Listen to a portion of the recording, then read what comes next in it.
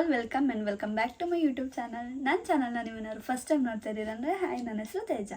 ಈ ಚಾನಲಲ್ಲಿ ನಿಮಗೆ travel, shopping, food vlogs, DIY and a little peek into my business. ನಿಮಗೆ ಇದರಲ್ಲಿ ಅವರೆಲ್ಲರೂ ನಿಮಗೆ ಇಂಟ್ರೆಸ್ಟ್ ಇದ್ದರೆ please to subscribe to my YouTube channel.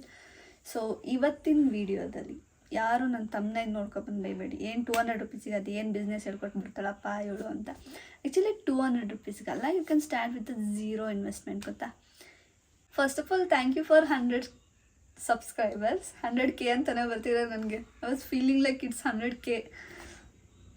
I know 100 subscribers ಅಂದರೆ 100 ಜನ, ಅದರಲ್ಲೂ ಅರ್ಧ ಜನ my family friends. They were force to watch my videos and subscribe to my channel. But ಇನ್ನೂ ಯಾರು ಅರ್ಧ ಜನ ಇದ್ದೀರ, ಅವರು ಫೀಡಲ್ಲಿ ನನ್ನ ವೀಡಿಯೋ ಏನಾದ್ರು ರ್ಯಾಂಡಮಾಗಿ ಹೋಗಿ ನೀವು ನನ್ನ ಸಬ್ಸ್ಕ್ರೈಬ್ ಮಾಡಿದರೆ ಥ್ಯಾಂಕ್ ಯು ಸೋ ಮಚ್. ನನ್ನ ಬಗ್ಗೆ ಗೊತ್ತಿಲ್ಲ ಅಂದರೆ, ನನ್ನ ಹೆಸರು ತೇಜ. ಅಮ್ಮ event planar and a corporate girl. ನನ್ನ ಫ್ರೀ ಟೈಮಲ್ಲಿದ್ದಾಗ ನಾನು ಇವೆಂಟ್ ಮಾಡ್ತೀನಿ ಆ್ಯಂಡ್ ಯೂಟ್ಯೂಬ್ ಮಾಡ್ತಾಯಿದ್ದೀನಿ. ಯಾ, ನನಗೆ ಗೊತ್ತಿಲ್ಲ, ನನಗೆ ಏನೇನೋ ಐಡಿಯಾಸ್ ಓಡ್ತಾ ಇರುತ್ತೆ ಏನಾದ್ರು ಮಾಡಬೇಕು ಅಂತ. ಸೊ ಯೂಟ್ಯೂಬ್ ಯಾಕೆ ಟ್ರೈ ಮಾಡಬಾರ್ದು ಅಂದ್ಬಿಟ್ಟು ಟ್ರೈ ಮಾಡ್ತಾಯಿದ್ದೀನಿ. Being on event planar, it's not easy for me. ತುಂಬ ಕಷ್ಟ ಆ್ಯಕ್ಚುಲಿ ಇವೆಂಟ್ ಮ್ಯಾನೇಜ್ಮೆಂಟ್, ಗೊತ್ತಾ? ಅದೂ ಹುಡುಗಿಯಾಗಿ ಮಾಡ್ತಾರೆ ಅಂದರೆ ಎಲ್ಲರೂ ಟೋಪಿ ಹಾಕೋಕ್ಕೆ ನೋಡ್ತಾ ಇರ್ತಾರೆ. ನಾವು ಕಸ್ಟಮರ್ಸಿಗೆ ಟೋಪಿ ಹಾಕೋದಲ್ಲ, ನಾವೇನು ವೆಂಡರ್ಸ್ ಅದು ಇದು ಮಾಡ್ತಿರ್ತೀವಿ, ಅವರೇ ನಮಗೆ ಟೋಪಿ ಹಾಕಿರ್ತಾರೆ. ಅದು ನಾನು ಟೋಪಿ ಹಾಕಿಸ್ಕೊಳ್ಳೋರಲ್ಲಿ ಎತ್ತಿದ ಕೈ ನಂಬರ್ 1 ನಾನು.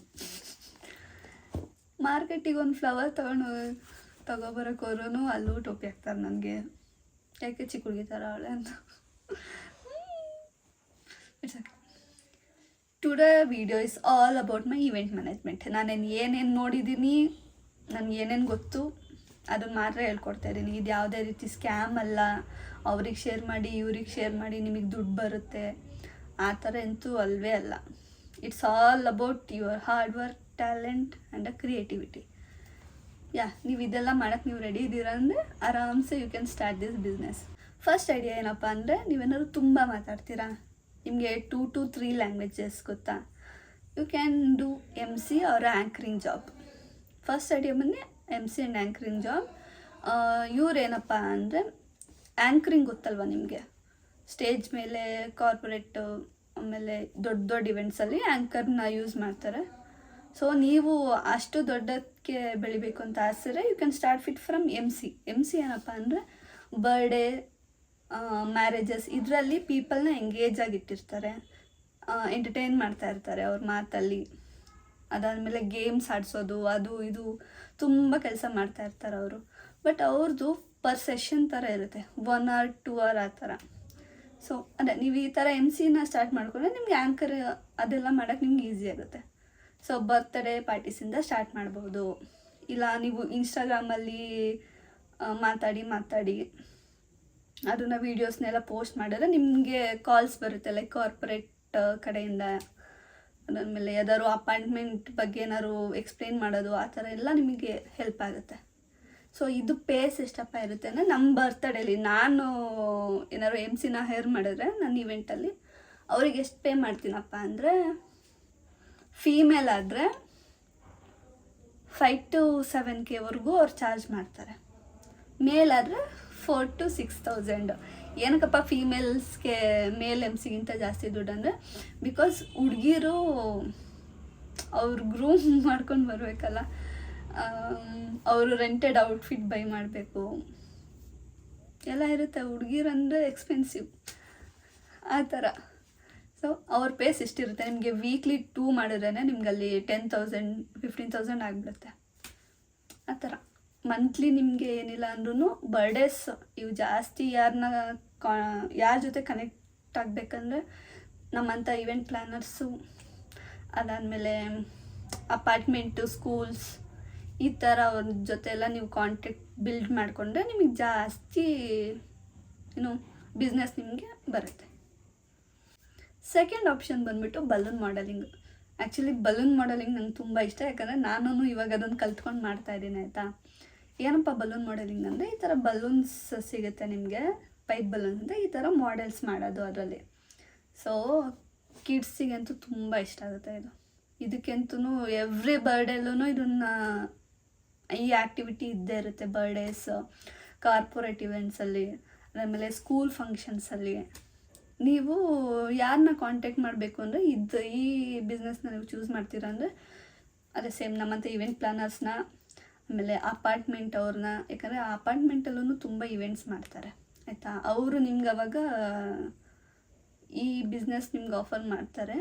ಅದಾದಮೇಲೆ ಸ್ಕೂಲ್ ಫಂಕ್ಷನ್ಸು, ಸ್ಕೂಲ್ ಫಂಕ್ಷನ್ಸಲ್ಲಂತೂ ನೀವು ಒಪ್ಕೊಬಿಟ್ರೆ ಬೆಳಗಿಂದ ಮಧ್ಯಾಹ್ನದವರೆಗೂ ಮಾಡಿದ್ರೆ ನಿಮ್ಗೆ 10,000 8 to 10,000 ಕೊಡ್ತಾರೆ.